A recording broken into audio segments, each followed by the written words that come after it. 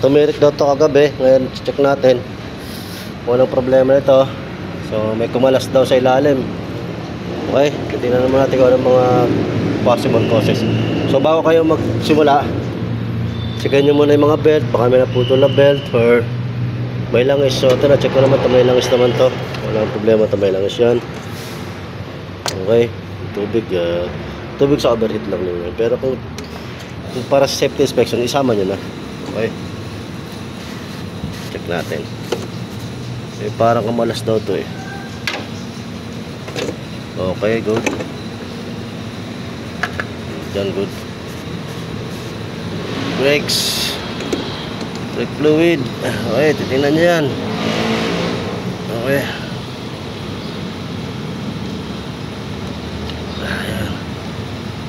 Medyo ayan, meron siya. Okay. Okay naman to, okay. Tapos yung clutch naman ito. Tingnan natin. Ayan, okay, puno. So ayan, sa ilalim naman tayo titingin. So bago kayo pumunta sa ilalim, syempre safety first tayo, safety first. So dapat may jack kayo, tapos jack start. Okay.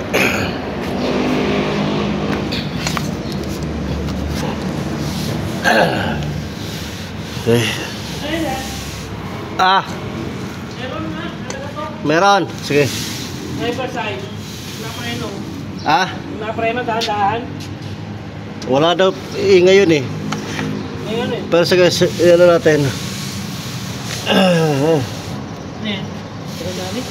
Tingnan mo natin. Check ko pa. Parang bago palit ah. Bagong palit ah.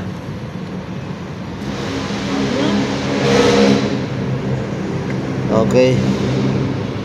So, okay, bago. Okay yan.